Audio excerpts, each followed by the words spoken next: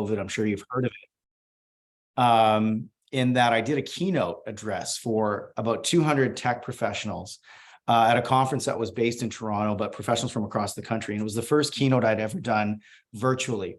And we log in and we're all excited and there's introductions. And then my screen immediately flipped to just myself. So for the next 40 to 45 minutes, I was speaking to myself, and it was probably one of the most uncomfortable experiences I've ever had in my career. And I've done 2 TEDx talks internationally. I've spoken to audiences in excess of 1,000 people.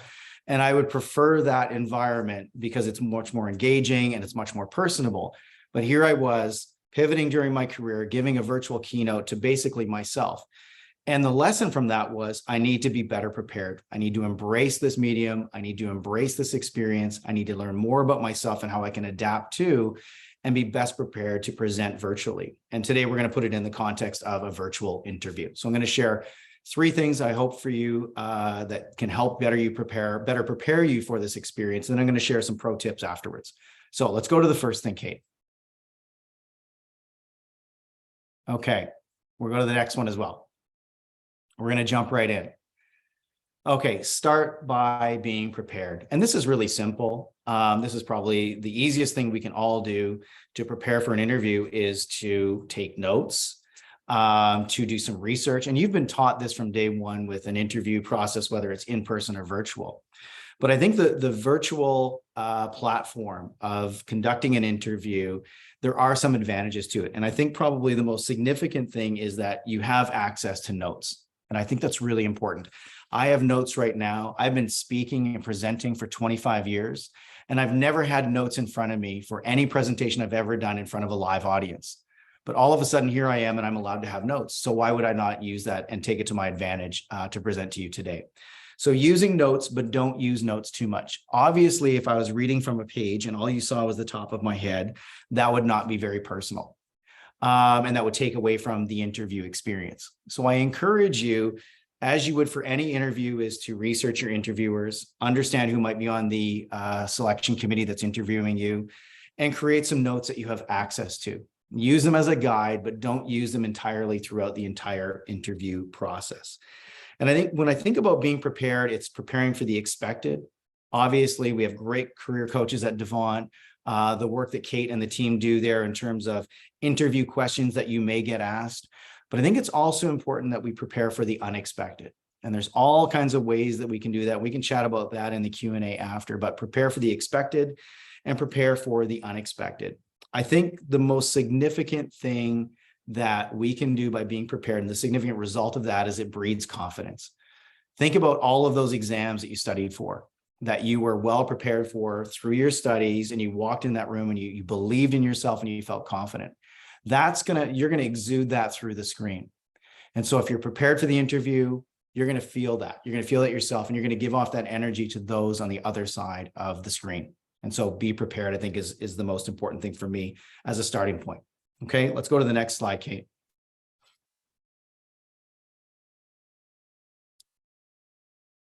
Okay, now be more personable, sorry. This is probably the most challenging thing that we can do or that we can achieve in an interview process or when we're presenting virtually, is to be more personal, to humanize the experience. I think it's incredibly challenging, but there's a few things that we can do to help personalize experience, to show ourselves off and who we are as a human being. Remember, they're hiring you, the person, and you, the professional. So it's important that we're personalizing this experience for ourselves. So when I think about this, there's a few things I want you to think about. I want you, number one, to acknowledge everyone on the call in that interview committee. Okay, so whether it's one person or 2 or more, I want you to write down the names of those that are interviewing you so that you know who is on that interview panel. That's the first thing. And so know who's in the room.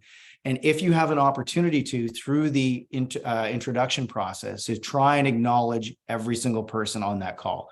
Kate, a pleasure to meet you. Guy, thank you so much for joining us today. And obviously we have 100 people on the call, so I can't acknowledge everyone, but I'm assuming your selection committees through this virtual process, interview process, will be much smaller. So get to know everyone's name and try and acknowledge them if you can.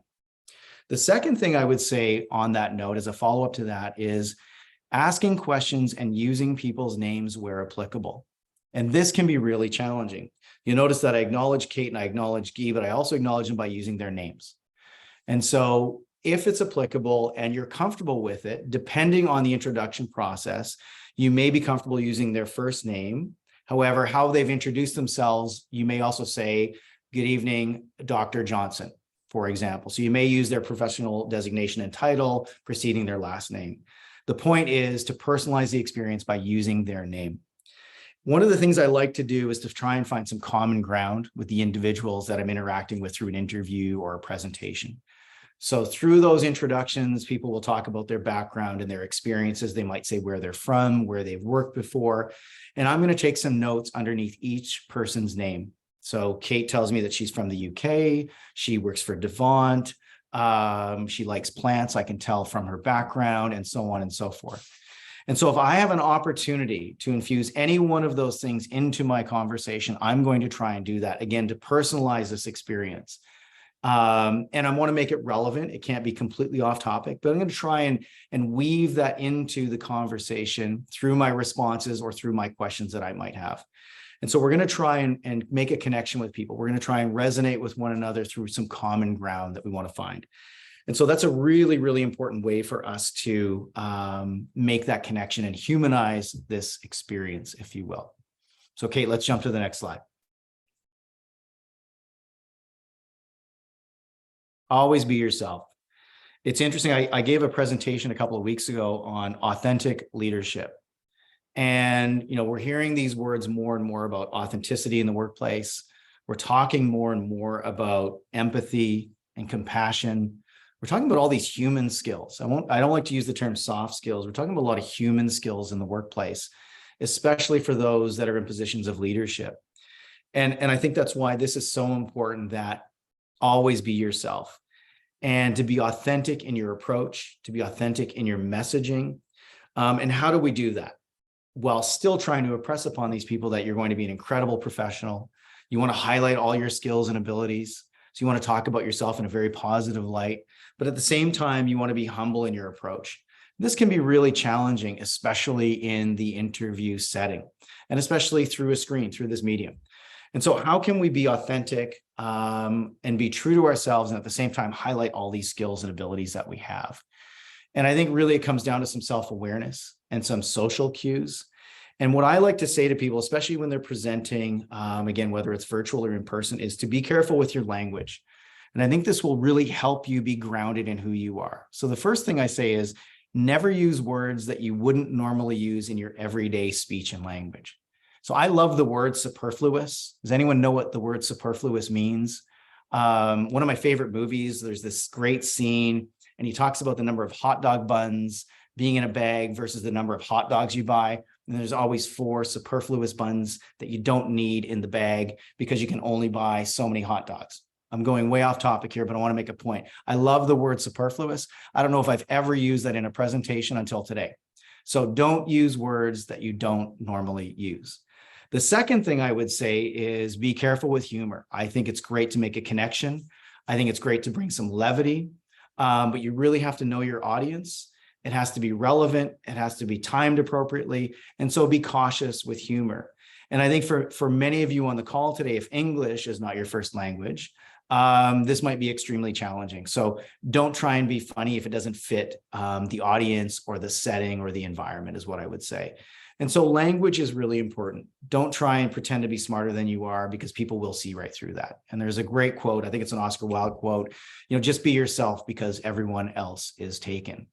And I think you have to be reminded that, again, as I said earlier, that the people across the screen are just like you. They're human beings just like you. They may have a title of vice president or senior executive or whatever it is, but they're just like you. And they're hiring a person along with hiring a professional. And so the more that we can humanize this experience, the more you can feel confident in your abilities, the more that you're clearly thinking and articulating your thoughts, and the more that you're acting with conviction. If there's a challenge with maybe the tech side of things, whatever it is, the more you can roll with those things, the more that you're going to show your authentic self. And I think that's really, really important to employers today. And not to go too far off topic, because we haven't really talked about why is this important? Why is it important to humanize this experience? And when you think about all of the things that everyone on this call brings to the table, all of your professional credentials, all of your academic credentials, your experiences, all wonderful stuff. You all have that. What employers are looking for today are individuals who are curious, who adapt to change, people who are creative thinkers, are critical thinkers. We want people to come to the workplace that have a level of resilience, that can roll with change and challenge in the workplace. We want people that are healthy and balanced. I know as an employer, I was the vice president of the largest student housing company in Canada for 10 years. I wanted to know what people's hobbies were. What do people do outside of work? What makes you interesting? You all have interesting lives just by virtue of being on this call, because you've all traveled internationally somehow, some way, somewhere. That in and of itself is incredibly interesting. So we need to find ways to weave our personal story into our professional story. Again, being relevant, being appropriate, and being balanced with that message, but most importantly, being yourself. And so these soft skills, and again, I'm not a big fan of that term, these human skills, who you are as a person, I think is of significant importance and of equal importance to employers in terms of them making the right choice for their organization to find the right person. And so that's why I think this is so important, to humanize the experience, to showcase who you are as a person just as much as who you are as a professional. So, Kate, thoughts? Any follow-up to that? I'm on mute. The quote of ever since the pandemic, oh, you're on mute, I'm on mute. Yes, I love this because, you know, there's so much content out there where, you know, we'll definitely talk about it if you have questions about lighting and where you are on the camera and the technology and all of the technical side of virtual interviewing. But at the end of the day, you're not too nervous about that stuff. You get more nervous about, you know, what to say and who, you know, how to be and how to make that connection. Because I love what you said. They're just people, they're just human beings. And I've spoken to all these employers that are waiting to speak to you. And they've told me so many times, just make sure that people aren't nervous. So, you know, I'm really excited to meet them. And yeah, they're very excited to make new connections with you and to answer your questions. So yeah, I think confidence and knowing this stuff is so important. Awesome. So, Kate, before we go to questions, I want to, you know, again, one of the things that I hear a lot is through this medium, especially for those that might be inexperienced with interviews, and this is whether it's in person or virtual, is the stress and anxiety that comes with it. Mm-hmm. And so if I can share with everyone today, just a little checklist that I run through, and this is something I have posted right in front of me in my home office that I look at every single day. It's my own little personal mantra that I'll share with you free of charge, everyone, and you can use this and I won't come looking for royalties at all, I promise. But I've been using this for years, and it's my own little personal formula that helps to ease my anxiety, to check my stress at the door, and to refocus myself and really get centered and focused. And so I want you to write this down. And I want you to think about this the next time you're feeling stressed or anxious, those shoulders are tightening up, you got some tension in the forehead, and you're really unsure about what's going to happen. And your breathing patterns might get a little erratic and your heart rate is increasing. I want you to think about these three words. And the first word is be. Okay, I just want you to stop and just be where you are. I want you to be fully present in the moment and fully present in your surroundings and fully present in yourself. Okay, so I just want you to be. First of all, just be. So we're just going to stop ourselves. The second thing I want you to do is I want you to breathe. So just take a deep breath, really, really simple stuff. So the first thing is just be fully present in your surroundings. And now we're just going to breathe. And by simply just focusing on our breath and taking a deep breath, we start to normalize our breathing patterns. Heart rate slows down a little bit. And what's really amazing when we start to breathe and we focus on our breath is that we activate the part of our brain responsible for rational thinking. So what that does, it starts to quell our anxiety a little bit, quiets us down a little bit. We start to think more clearly. Remember, we went back before, we talked about clarity and how important that is, and confidence. And so simply by focusing on your breath for just a few short moments, we start to think a little more clearly. So be, breathe. And the last thing I want you to think about when you're stressed and you're heading into this interview before you turn that camera on is I want you to think about believe. Be, breathe, and believe. I want you to believe in yourself. Believe that you got to this point for a reason. Okay. We are all here for a reason. And especially if you're going through this interview process, you've worked really hard to get here. Whether you get that job or not is not the point. The point is to believe in yourself, the abilities that got you here, the years of education, all those exams that you studied for that prepared you for this moment, the preparation for the interview itself, to believe in your journey and all the adversity that you've had to overcome. And that's a lot to thinking about in 10, 20, 30 seconds. But just take a moment when you slow down and pause, focus on your breath, you start to think more clearly, and you start to think about the things that got you to this point in life that help you believe in who you are, what your message is, how you got to this point, all of those successes that you have behind you, all of the challenges that you've overcome got you to this moment. And so that's what I do for myself in terms of those moments that I'm feeling stressed and anxious, or right before I'm going to present. I'm talking to some clients from universities across Canada every single day, and I still go through this mental checklist before I turn that camera on. And I slow myself down and just take a few moments to get centered and to get focused. And it helps me think more clearly, builds confidence in myself. And then I have the conviction to follow through and trust myself in my journey. So I want you to think about that little checklist next time you're feeling stressed. Thanks, Kate. I also want to highlight as well, all of those buzzwords that you were saying, resilient, adaptable, confident. These are all so relevant to being an international student. So if you're an international student, the fact alone that you've moved to Canada is incredible. You are so adaptable, and you are bringing international experience, whatever that looks like, from your home country, and, very often a second language and the culture that comes with that. So these employers, they're so interested in that. You already have such an interesting story to share and connect with them, share something about, your native country with them. It's such an easy conversation starter to tell them a bit about yourself. So that's a great segue actually to talking about elevator pitches. So you may or may not have heard this before, the term elevator pitch. Let me know in the chat if you've heard it before. If you haven't, it's very straightforward. If you get in an elevator, if you can imagine doing that, and you're standing next to a stranger, you maybe have 10 seconds, 20 seconds to tell them about yourself, try and sell yourself to that person. So this is so, so important for next week's virtual expo, because if you are in those networking calls, or if you are lucky enough to get one of those, virtual speed interviews, you have a very short period of time to, introduce yourself to these recruiters and introduce them to your skills and everything. So this is a really important exercise.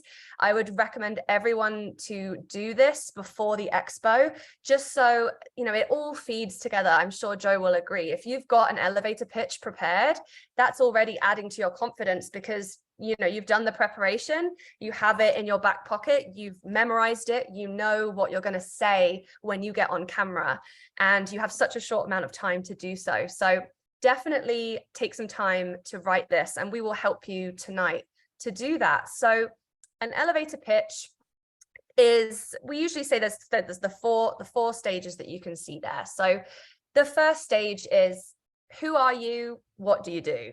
Right? So whether that's your name is obvious, your background. So what program are you currently studying? If you're an international student, like I was saying, what country are you originally from?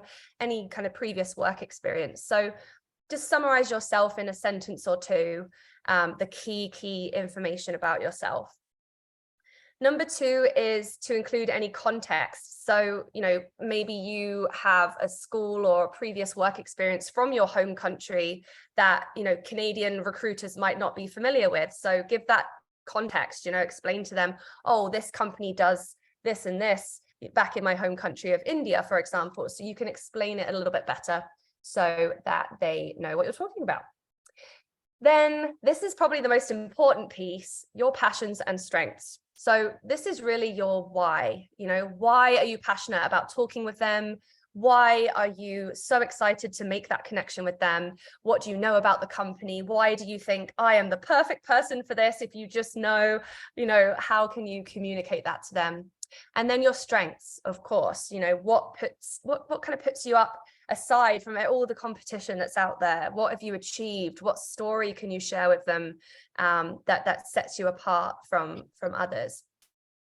Finally, a call to action. So that is, asking them a question, or, if you're going into this event saying, to yourself, oh, I'd love to make 10 connections on LinkedIn, you can say, oh, can I connect with you on LinkedIn? Or are you open to, rescheduling this for a longer amount of time and we can have a virtual chat? Finish with a question, something that you need from them. And that can be your elevator pitch. Obviously, that sounds like a lot in 10 to 20 seconds. So it does take some practice. You can cut things down and, take some time. You've got a week before the expo to really perfect that. So you can screenshot this. We'll also include it in the email on Monday as well. You've got your big event starter pack with all that information about the expo. But here is a template just to get your brain starting to go, or to start answering these questions and building out this pitch. Because this is the key thing you're going to be using next week in all of the live calls. Kate, can I jump in for a moment? Yeah, absolutely. On this note, I love the idea of an elevator pitch. And I remember way back in my career, someone said to me, they gave me my elevator pitch, which was, Joe, what you really do is you increase people's capacity to do great stuff. And I was like, I just want a business card that says that. No matter what my job is, I really enjoy, and what I feel my strength is, helping to increase others' capacity to do whatever it is that they want to do. And so that's kind of my little version, my own version of the elevator pitch.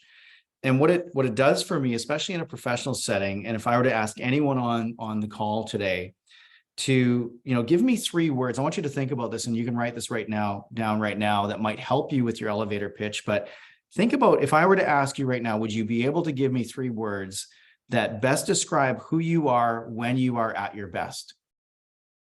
And when you're at your best, personally, professionally, academically, in life in general, I want you to think about when you feel really, really good about yourself, when you are inspired, motivated, happy, content, whatever that word is that defines who you are when you're at your best. What are 3 words that describe who you are when you are at your best? And I think by doing that exercise, you have to do some reflection, and we don't have to do it right now.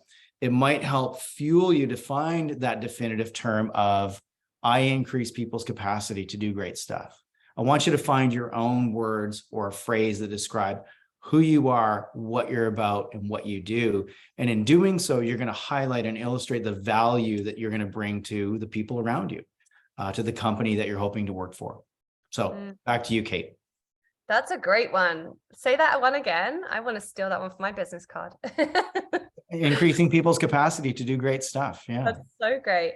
Yeah, it's your unique selling point, isn't it? That's, if you've heard that word as well in the marketing world, your unique selling point. What is it that you're contributing to the company? And, that is such a cool thing to have in the back of your mind. And I find it so hard to talk about yourself. And I think that's why people find interviews so uncomfortable, because a lot of the time it is not natural to brag about yourself and to say all of this positive stuff about yourself. So to get in the practice of saying this elevator pitch, and no, I am actually amazing. I've achieved this and I'm doing this and I can contribute this to a company, and just get into the mindset of being positive about yourself. Yeah, it's a good exercise for sure. Cool. I just put a few points together at the end regarding the elevator pitch. So I already touched on it, but practicing it, having that ready for next week, memorized, make it, have it sound natural. If you stand in front of a mirror, or if you get a friend to listen to it, you've got a week now to prepare that quick introduction that you're going to be using at the expo. And yeah, I think it's really important to note as well that it doesn't have to be forever. You can choose this phrase, you can choose this pitch, but it can change. Your career might change, your circumstances might change. So just get one. It doesn't have to be forever. And then this is a really important point as well, that what I love about this whole presentation is that we're really hopefully stressing the importance of building that connection. And it's not one way, it's not interviewer and a candidate. You're not, it's not a one-way transaction. It's a two-sided conversation with a real human being. And I think that's really important, because a lot of the time, I myself have done it, where, you're so desperate, maybe you're not hearing back from all of these job applications that you're submitting, and you can just message people and say, hey, please help, I need a job, or, please, I'm looking for this job at KPMG. And what connection are you really trying to nurture there? You need to start it slowly and really create that meaningful interaction with that person. So I hope that this has inspired you to have that preparation and to connect on a human level. Awesome. So let's open it up for a Q&A. This is always a great portion of the workshops. I'm sure you have lots of questions, whether it's about the event itself. I'm happy to answer any questions about how the event works. You'll get everything on Monday, I promise you, and you can jump right in and explore. Anything for Joe? Ask me anything. I'm an open book. There was a question in the chat, Kate, about is it recommendable that I mention where I come from? Does this generate bias to the recruiter? Very interesting question. Yes.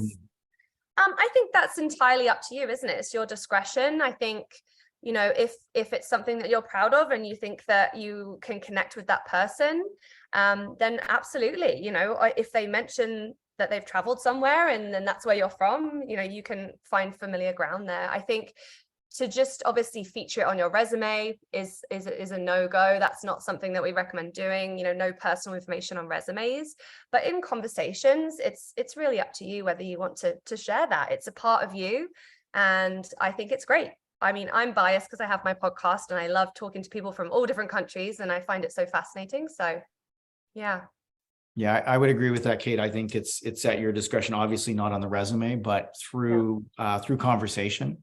Especially informal conversation. I think those are things that can draw a connection point, and our travels and our experiences are part of who we are. So I always want to know if anyone speaks Bengali, because I speak Bengali. So, but no questions in Bengali today. That's for another day. Yeah, that was risky. Cheers. Amazing. So someone's asked about the speed interviews. That is a good question. So the speed interviews, and Priyanshu, that is correct as well. It wasn't Priyanshu, it was Harry. There are only a few of the employers that are offering that one-on-one speed interview time. All of them are opening up the floor similar to this. So you'll be in a group and the recruiter will be there and you can turn your microphone on, ask them the question that you want to ask them, chat, use the chat. So that's, a nice, efficient way of everyone connecting at the same time. But there are some employers that are actively recruiting and they want to do the speed interviewing. And yeah, I definitely recommend applying for that. It's such a cool piece of tech and good practice.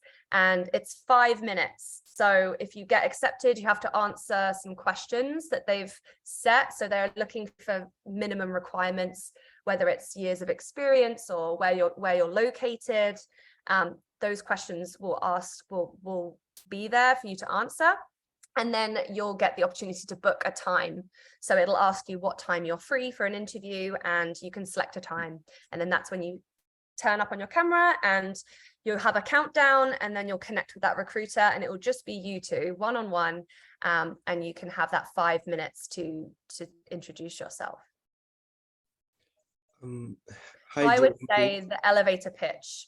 Priyanshu, that's a good question. She's asking, what are you supposed to be communicating in that speed interview? It's a very short period of time.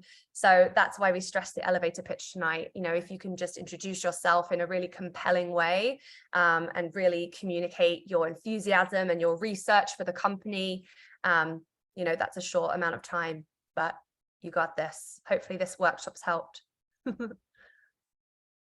Okay, we've got some hands up of our participants. Can you see those, Kate? I cannot because I'm sharing my screen. So okay, so Amarpreet. Yeah. Amarpreet has a question for us. Yeah. Go ahead. Actually, I have a question regarding online recruitment. There is a ATS I know about that one? Because Mhm. many of the companies use the ATS. Yes, they Because do. how we crack that means how we make Mhm. that kind of resume or CV so that we can means Yeah, a recruiter can call us or approach to us. yes. So the ATS, the applicant tracking system, it's scans resumes before a human being sees it. So if you don't know what ATS is, that's what it is. So if you're submitting your resume online, so on Indeed, for example, you may not even have your resume in front of a human, because if you're failing the checks that the system is doing, that's when you can run into problems. So our biggest advice for you to be ATS friendly is to just keep it as simple and as clean as possible. Black and white. Keep it very simple layout. So, sometimes people have columns, which is a big no-no because the system reads from, left to right. And if you've got two columns and that, it doesn't make any sense to the reading system, if that makes sense. And yeah, so just strip it back, and you're not impressing a human at that point. You've got to get through the system. So, keep it very, very simple. And keywords. No, but if the job description write the RDBMS means this is the database system, and we have a MySQL in our resume.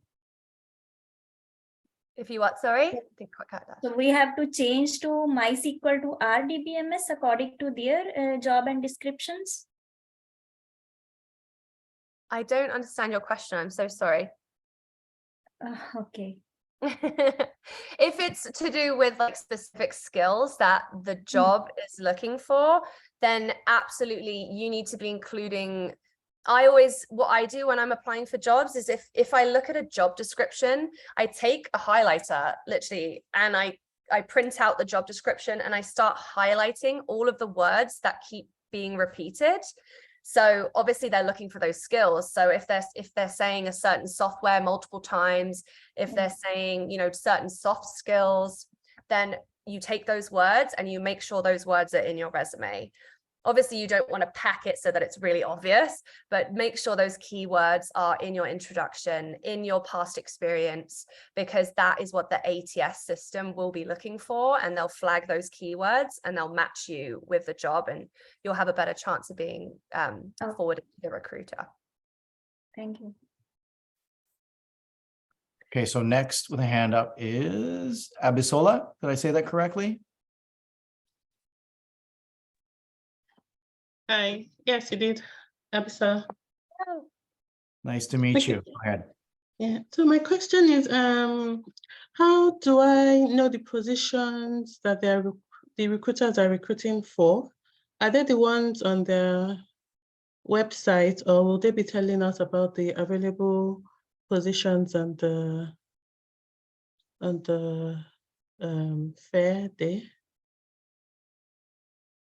You've lost me. Oh, am I back? Sorry, I think I've got a spotty connection. We've got some typical Canadian weather over here. Yes, so what will happen is on Monday, you will get that email, and then you'll be able to access the event, and you'll be able to click through and read all about the companies, all about the jobs that are available as well. So it gives you a few days to plan before Wednesday. You can make sure that you've got in your calendar the ones, the sessions that you really want to attend and you really want to connect with. So yes, definitely look out for that email on Monday, and then you'll get all the information you need once you've entered the expo.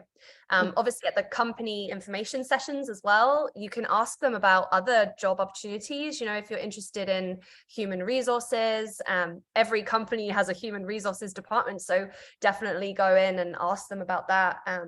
You might be even just make that connection for future opportunities. So Okay, thank you. welcome. Okay, so I can see these, Kate. I think the next one up is, and I'll try and pronounce this correctly, Javanyot. Hi, Kate and Joe. It is Jeevan Joe this side. So I have a question pertaining to my resume. So while applying, I've seen many companies. So I have a diploma, a bachelor's, and a master's.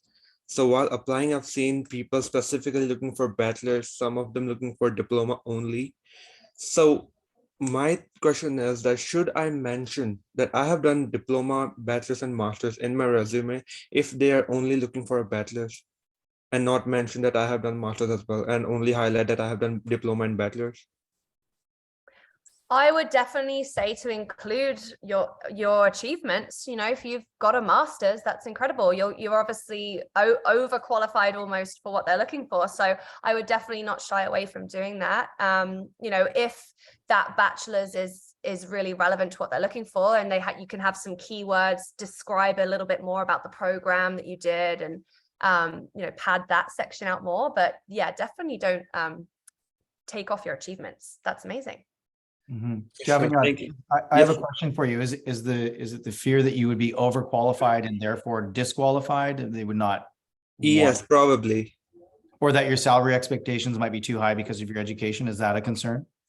No, I haven't yet declared my salary expectations. Okay. I'm like okay with the role, the best pay for the role.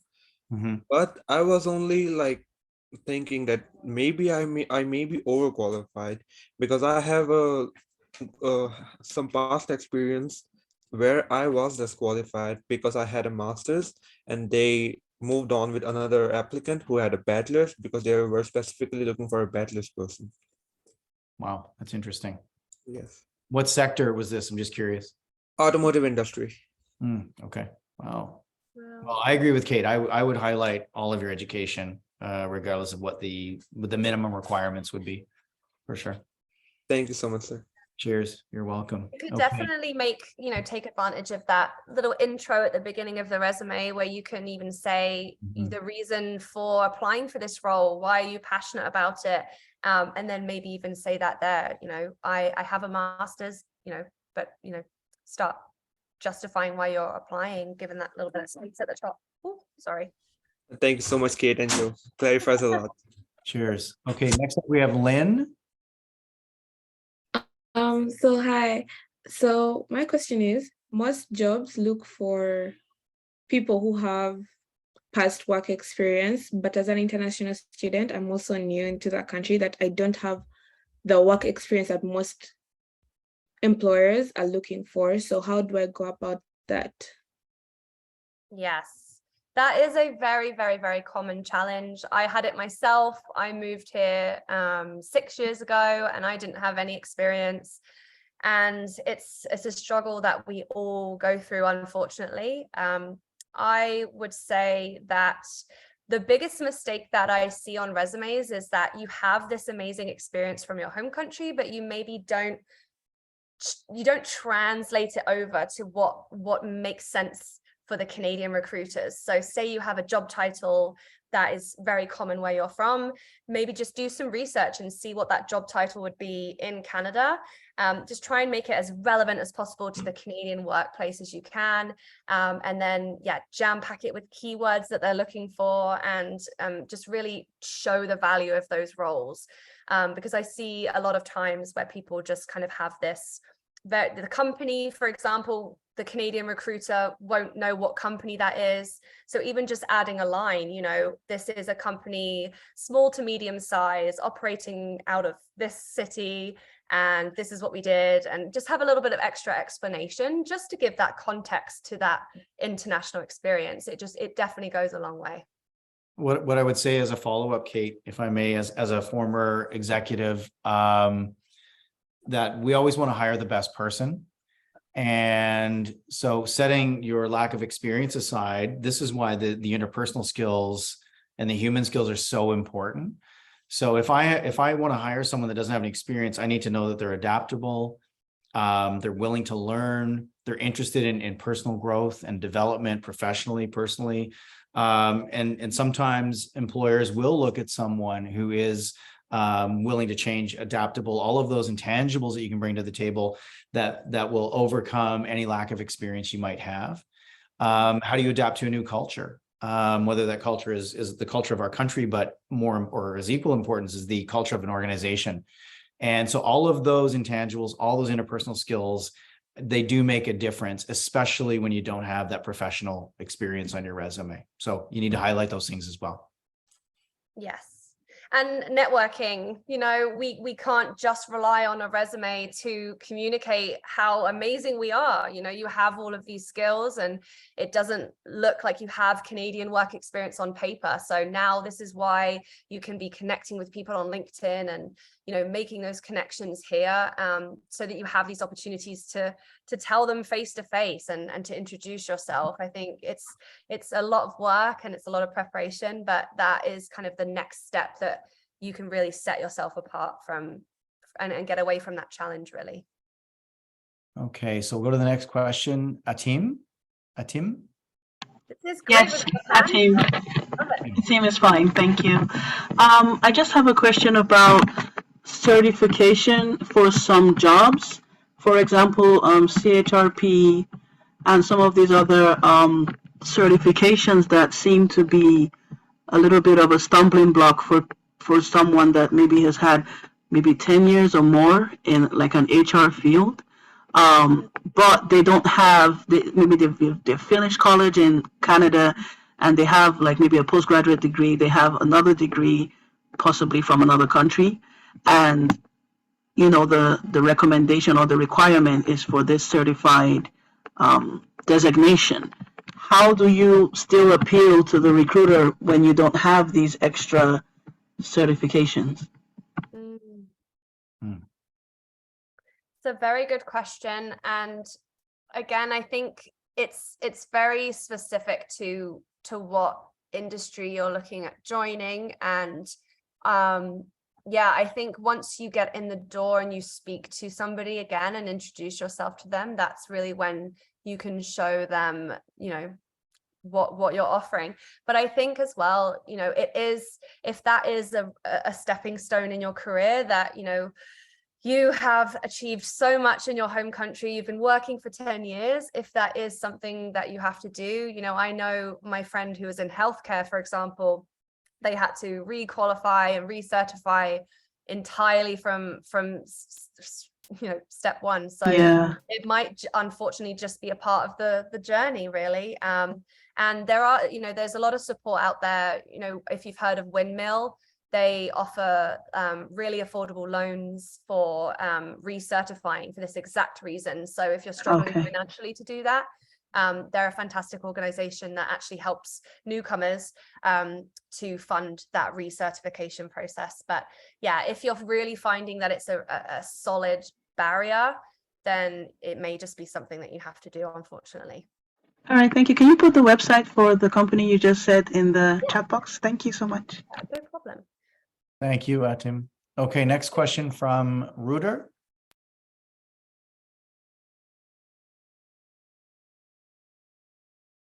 Are you there, Reuter? Okay, we'll go down to Gurjap. Gurjap, do you have a question for us? Hi, Keith. Hi, Joe. Hi there. Yeah, so my question is just like I have done my master's degree. So my master's degree was research based. So I have done a thesis. I have 2 or 3 research papers published in some reputable journals. So should I add in my resume, like, should I add these stuff or not, according to you? If I'm not going for academic side of jobs. Sorry, I'm multitasking here. I'm just sending that link out. Sorry, quick, what was your question about designations again, about which ones to include? Research experience, including research experience from his master's. Is that what you were asking, Rajat? Yep, Yeah. yes. I would say if it's relevant, right? One of the biggest mistakes is you try and cram absolutely everything you can into your resume because you think, oh, this is going to help me. This is going to help me. But you should be tailoring your resume for every job opportunity. So you look at that job description and you need to be taking that resume and cutting it down to exactly what their perfect candidate would be. So if your research is relevant to that job and you learn a lot of stuff that could help with the company's growth or the role itself, then absolutely include it. if you're just adding it because it makes you look good and it shows your experience, but it's not as relevant, then maybe look at cutting it down, especially if it's, a very heavy looking resume, multiple pages. Yeah, definitely just think about, is it relevant to the job? Yeah, thank you. Thank you. No problem. Thank you, Gurjap. Okay, we'll jump to Soraya. Hi. So my question is also on resume. I'm international student, and back home I have several years of experience in international organizations. Currently on my resume, I do not have the work location, so I'm not mentioning that these experiences are out of the country. But I was wondering if I should do that or not. My logic was that since they're international, the processes are the same, the experience should be the same.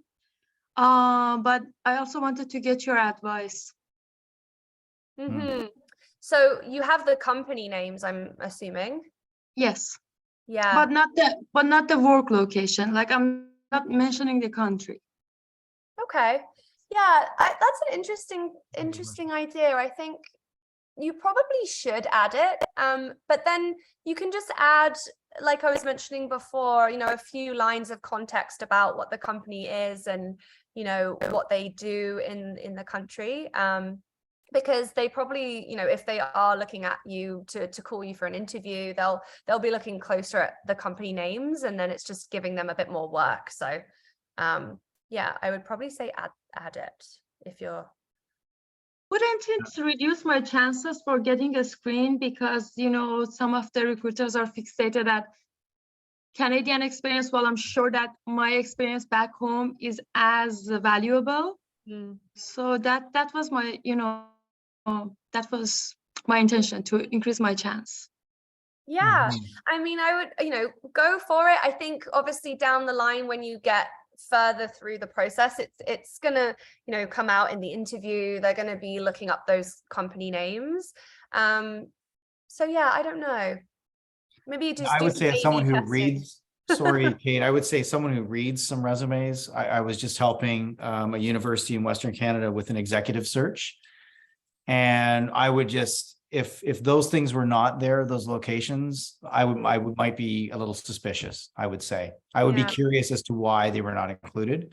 But I understand your concern, Soraya, that, Canadian employers, some of them may be placing value on Canadian experience versus something from another country. I understand that concern, but I would be curious if I was reading a resume and it did not include locations of your professional experience. And so then I'm going to research it myself. So that's all I would say. Thank you. Yeah, you're welcome. Starting off the process with, that little bit of hesitancy and extra work for the recruiter, I maybe not recommend it. Yeah. So Well, thanks everyone. I feel like we have so many questions, but I'm going to put my LinkedIn in the chat, and I'm going to be answering everybody on LinkedIn. Please send me a message, look at that template. Maybe I'll throw it up again if you can screenshot it, and maybe send me your elevator pitch. Why not? Go on LinkedIn. I want you to introduce yourself. And then if you have a question for me, please do send me a message on LinkedIn.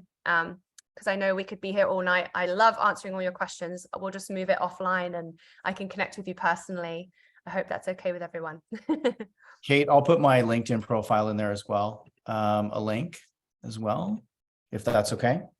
I think there's a really good slide at the end. There you go.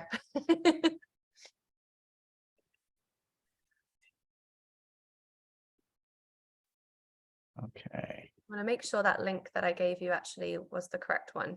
Does that work? Is that my LinkedIn? No. There you go. I'm glad I checked it. I have to just get you the correct mine one. is there as well. Wonderful.